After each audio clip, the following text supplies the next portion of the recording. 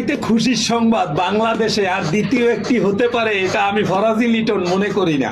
মানবতা বিরোধী অপরাধী খুনি হাসিনার ফাঁসির আদেশ। আলহামদুলিল্লাহ, আল্লাহর কাছে হাজার শুকরিয়া। এই রায় থেকে সকলেরই শিক্ষা নেওয়া উচিত। যে টার্মিনাল নিজে সাজিয়ে নিরপরাধ মানুষগুলাকে ফাঁসি দিয়েছে, সেই টার্মিনালই আজ তার ফাঁসির আদেশ দিয়েছে। এই আদেশের বিরুদ্ধে খুনি হাসিনার আপিল করারও কোনো সুযোগ নেই। আপিল করতে হলে রায় ঘোষণার 30 দিনের মধ্যে আদালতে এসে নিজেকে আত্মসমর্পণ করতে হবে। সেটা খুনি হাসিনাকে যদি 10-12 ফাঁসির আদেশ দেয়, সে কখনোই দেশে আসবে না। কারণ সে তো জানে সে যা কইরা গেছে, এটাইতে বড় অপরাধী আমি নিজে। এই ফাঁসির আদেশ আমার জন্য যথেষ্ট নয়। তাছাড়াও কোনো পলাতক আসামি আপিল করতে পারে না। আজকে আমি ফরাজি লিটন এতিমের শহীদ কাদের মোল্লা চাচার সেই কথাটা মনে পড়ছে। সে ফাঁসির মঞ্চে যাওয়ার আগে ইমানি শক্তির হাসি দিয়ে বলছিল যে এই টার্মিনালও থাকবো, এই ফাঁসির মঞ্চও থাকবো। হাসতে হাসতে এই বলে ফাঁসির মঞ্চে গিয়েছিল। তাদের ইমানি শক্তি কতটা মজবুত ছিল এবং এবাদতের মধ্যে থেকে হাসতে হাসতে ফাঁসির মঞ্চে গিয়ে শহীদ হয়েছে।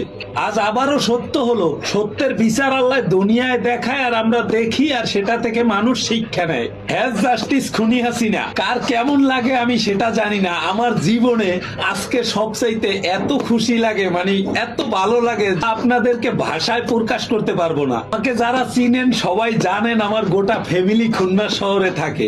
ঢাকা শহরে একমাত্র আমিই থাকি। যারা দেখেছেন কারো কারখানায়, কারো দোকানে শাটার খুলে ভিতরে ঢুকে আমি মোবাইলের মেমোরি খুলে লইতাম এবং পোশাক পাল্টাইয়া তারপর রাজপথে যাইতাম। কারণ কুত্তালিকের চেলাবেলারা গলির মাথায়, ওই গলির মাথায় সব দিকে বইসা থাকতো, 2জন 4জন 10জন করে। কোথায় যাই কি করি তাদেরকে কৈফত দিতে হইতো। সেটা জানতে জানতে মোটা আমার মায়ের কানেও চলে গেছে। তো সেই সময় আমার মা আমাকে ফোন দিয়ে বলে, রাস্তায় কম বের হবি, আর যদি কেউ জিজ্ঞাসা করে তাহলে বলবি আমি আওয়ামী লীগ করি, যদিও তুই কোনো রাজনীতি বোঝো না, রাজনীতি করো না। আমি লঙ্গি পরে রাস্তায় বের হয়ে টনমেশিং এর একটা দোকান আছে, সেই সময় ওই দোকানে বৈশা আমি প্যান্ট পরছিলাম, আন্দোলনে যাওয়ার জন্য রেডি হচ্ছিলাম। ওই সময় মা এই কথা বলে এবং মাকে আমি বলছিলাম ঠিক আছে আমি বলবো আমি আওয়ামী লীগ করি।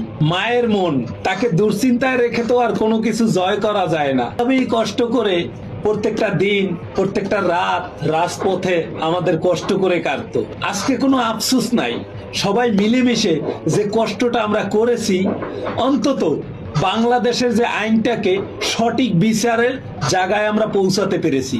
কিছু দারোগা, কিছু এসআই, পুলিশ ভাই বেরাদার, কলস, এরা আমাকে রাস্তাঘাটে দেখা হলেই বলতো পুলিশ যদি ফিরে আসে সর্বপ্রথম আপনি একটা মামলা খাবেন। তাদের সামনে হাসি দিয়ে কথাবার্তা বলে খেয়ে টেয়ে চলে আসতাম, কিছু বলতে পারতাম না। মনে মনে ভাবতাম যে এটা তো বাংলাদেশ, মেরুদণ্ড একবার ভাঙলে সে আর কোনোদিন দাঁড়াতে পারে না। প্রত্যেকটা মানুষের ভাবা উচিত আল্লাহ যা করে সেটা ভালোর জন্য করে।